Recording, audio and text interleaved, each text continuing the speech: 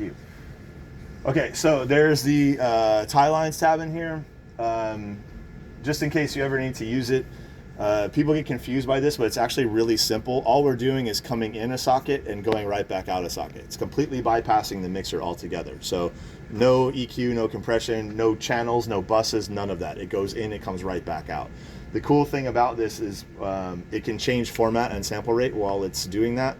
So it can come in analog and go out Dante, or it can come in AES and go out analog. It doesn't really matter.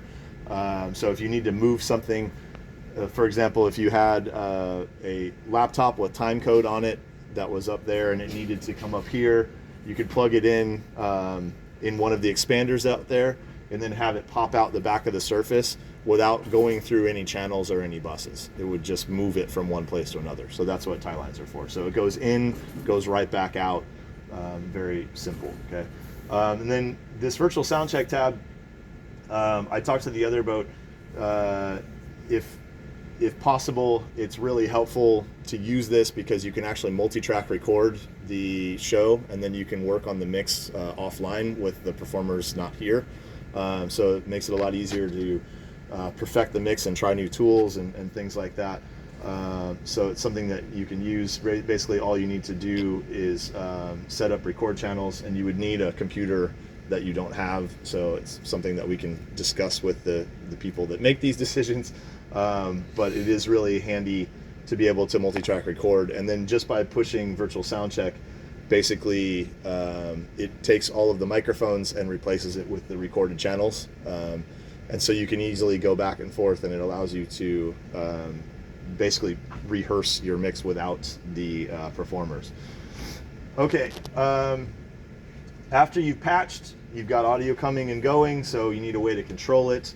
So we're going to control this with the Surface, and that's going to be set up under the Surface button. So under Surface here, this is where we're going to configure everything that's on this controller. Awesome. Oh, very good morning. Okay, so this is the control tab and the strip assign tab under Surface. And what we're looking at here is this upper box has everything that's in the mixer. So all of the channels, all of the outputs, you've got DCAs and MIDI channels and all kinds of things that are here. This lower box represents the actual control surface in front of you. So if you want something from the mixer on the control surface, all you have to do is, I'm just looking for something empty, touch it and drag it and drop it. So now it's there. You can move things side to side just by dragging them around. It's super easy. And if you want to get rid of it, just pull up and it will go away. The thing that you have to remember though is that taking it off of this controller does not stop it passing audio. Okay, that's really important. So make sure that you know what it is, and if it needs to be muted, if there's any chance that someone might start yelling in it or something like that, make sure that it's muted before you take it off, or that it's on that controller or someone else has control over it, because that could be bad if someone has a microphone and they start screaming and you can't turn it off because you don't have, if it's not here, you don't have a mute button. So just be careful with that. But you can very easily lay things out however you want them. If you wanted to move a lot of things, you can turn on block select, and that works off of first channel, last channel. So then you could pull that whole section down wherever you wanted them. And you can build out your surface any way you want. This does not stop audio at all, so you can do this anytime you want. So it's really inefficient to spend all day flipping around trying to find things. So if it's not really in a good place where it's helping you out, then you can easily move it. And this is where I was saying before, you know, if different operators are doing different things, you can make your own settings so that it can easily be better for you. Okay. Next over here is the soft keys. You've got 19 soft keys. These are user-defined keys that run along the right-hand side here. Right now, these are set up for monitor mixes, which is a great use for them. But there are a ton of other functions that you can do with them. You can do patch changes. You can control the automatic mic mixer. You can do take EQ or compression on and off. This is a fun one, bookmark. So if I set, let me find an unused one here. We'll use 11. So if I set this to bookmark, what this allows me to do is hold down the soft key So I hold it down, and then I get these yellow things. So I could say, I want the compressor on the white mic, and so I would touch that, and then I can touch that tab and assign that. And now if I'm over here on QLab on the high pass filter, I can touch 11 and it will jump me to the compressor of the white mic. So you can make it go anywhere you want. You could also have it, do the inputs page of the I/O. So if I hold this down again. Yes, the following. Okay. So also in the soft keys, you can have MIDI commands, you can do channel processing, there's all kinds of things. Right now, this is set to mix, so that when you push this, it puts you sends on faders to that monitor mix, which is fine, but you may also want to listen to it at the same time. So you can actually switch this from just mix to a multifunction one. And this one is select mix, PFL, and scene, so it can do all four of those things in one button push. So what we would be doing is selecting, which would bring the bus processing up in here, would do a mix, which puts it sends on faders, and then also could do PFL so that we're listening to it, and then you could also recall a scene so that it changes anything that you want to change when you push that one button. So that's another option for getting these mixes where you can actually listen to it along with putting it sends on faders for monitors. Okay. And then you can have talkbacks, as we talked about. So you could have a button that you push that turns your talkbacks on and off to specific places. You have a tap tempo down here for your delay. You have a USB 2-channel recorder player up here. So you could have a button that's stop or play or record for that. And then if you were using virtual sound check, the last option is to toggle in and out of virtual sound check with a soft key. So there's a lot of different things that you can do with these soft keys. The next tab here is surface preferences, and in here we're looking at this section. These row of buttons here control what these knobs are doing. So whatever is lit here, that's what these knobs are controlling. Gain and pan are the first two. If we're set on gain, there's two different states that we could be in. If the knob is orange, the screen will say trim, and then we're controlling the digital trim, the digital gain. If we see a red knob and it says gain, then we're controlling the analog preamp. So it's two different states, and it switches for you automatically. So if it's a digital input coming in over Dante or some other digital thing, it will automatically be orange and say trim, because it's a digital input. You don't have an analog preamp to control. If it's an analog preamp, then it will be red and it will say gain.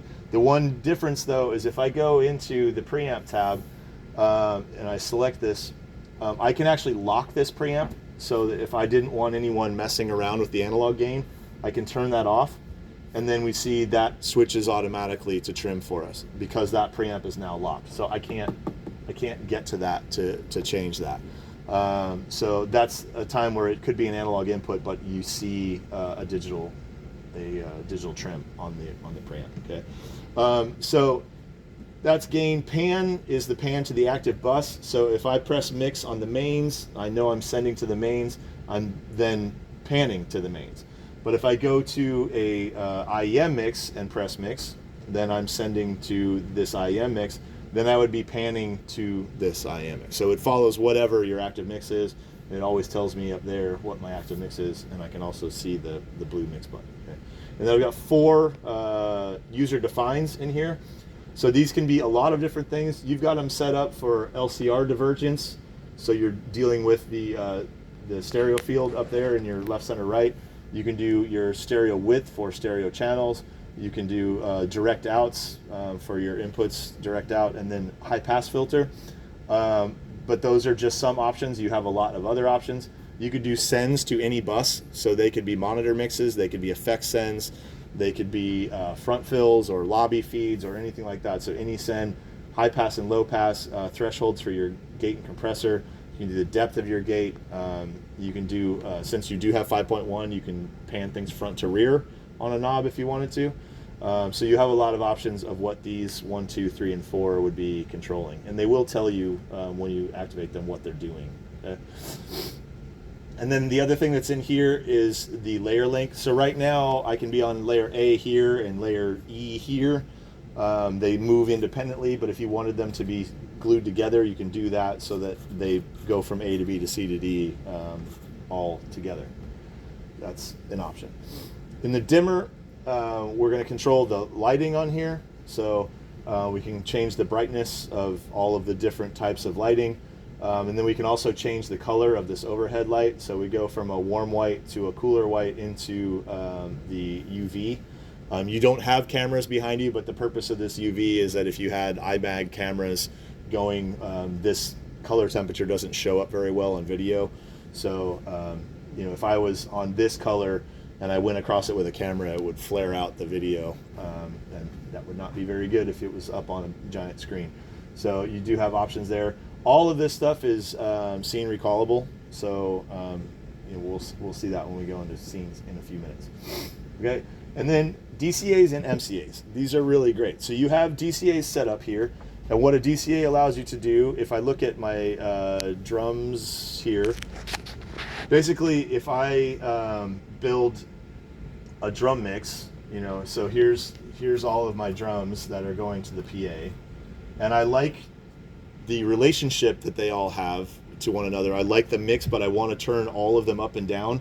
Instead of having to push all 10 of these faders, I can just use this one, and this will control all of these, keeping their relative balance.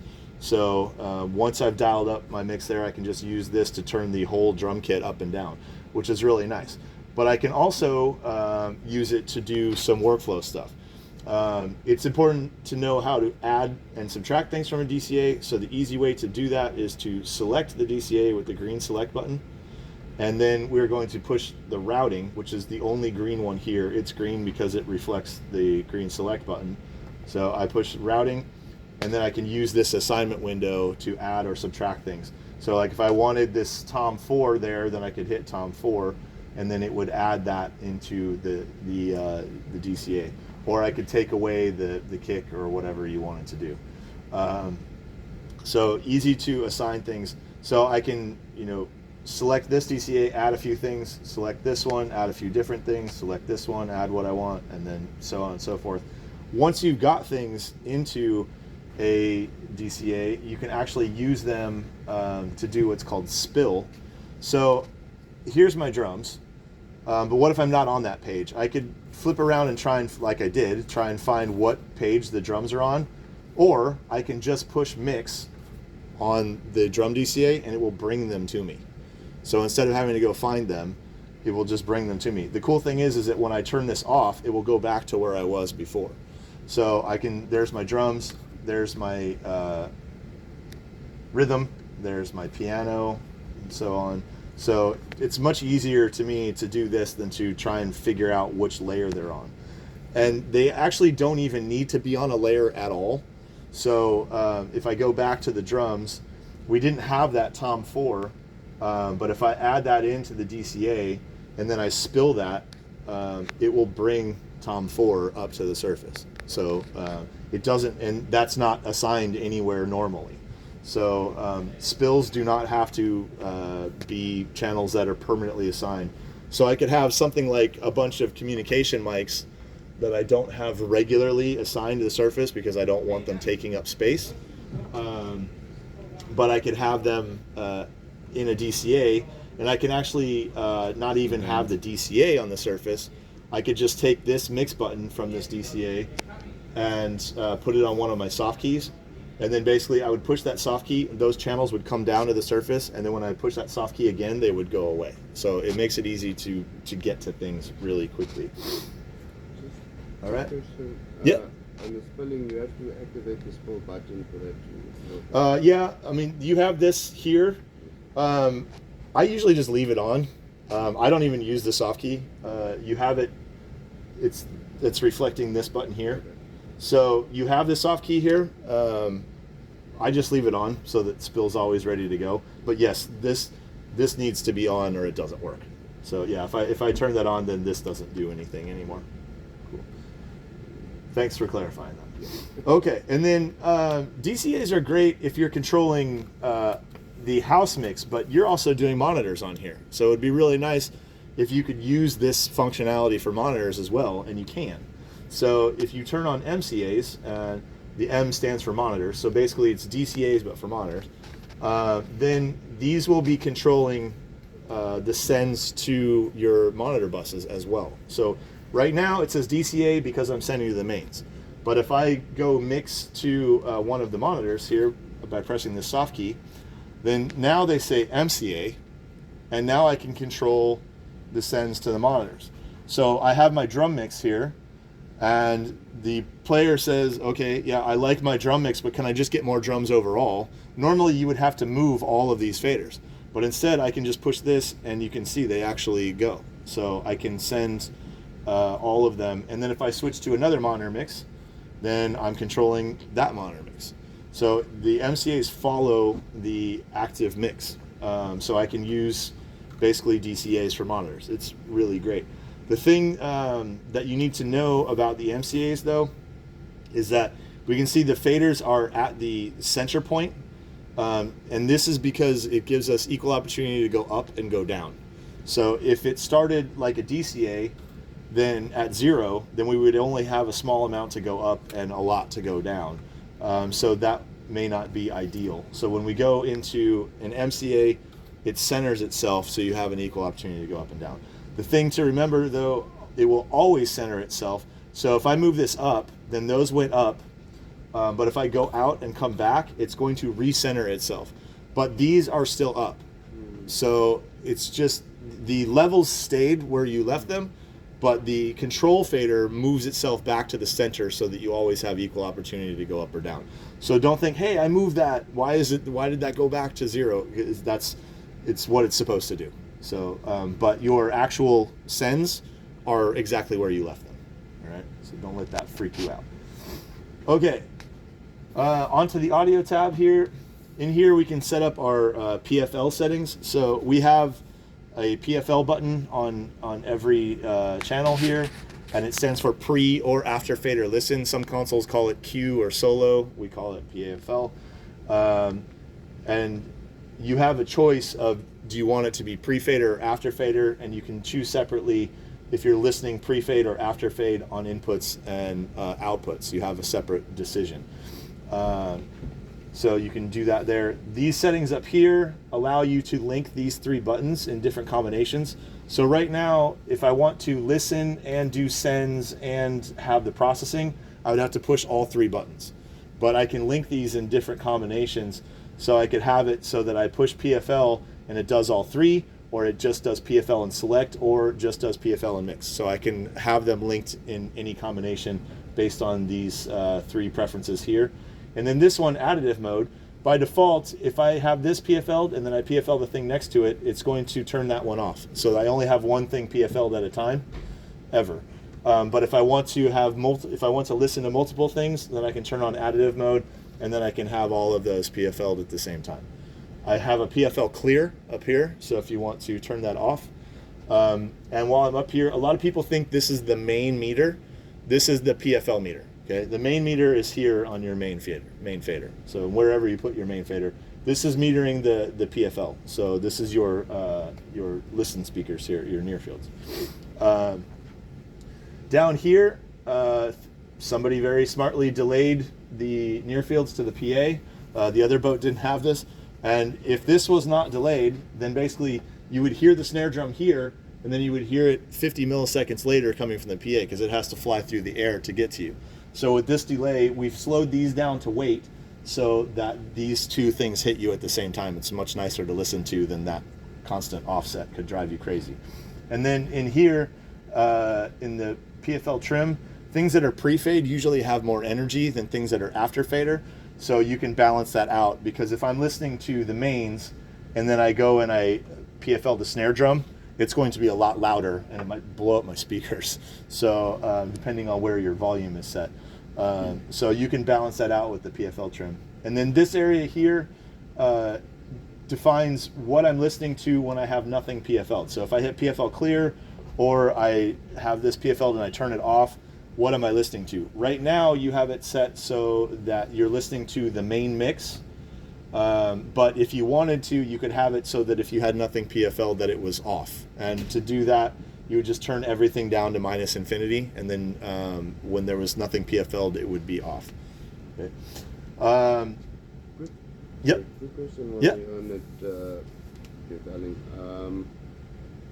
The PFL, does it run through its own channel at the back? You can. It has a patch point Yeah. in the patch bay. So if we go back to the I/O, in the surface froze. Interesting. That's not good.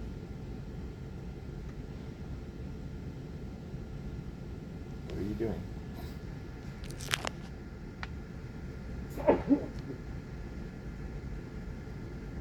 So we need to have the installers, look at the network, because the boat yesterday, it didn't do this, but the show file recall took forever, and there's something wrong with the network configuration. Yeah. So yeah, now the surface is frozen, and it's the same thing. So they probably have. So as I said, the surface and mix rack communicate with each other over network, and if the network isn't set up properly, it disrupts the communication between these two, and things like this can happen. Has this ever happened?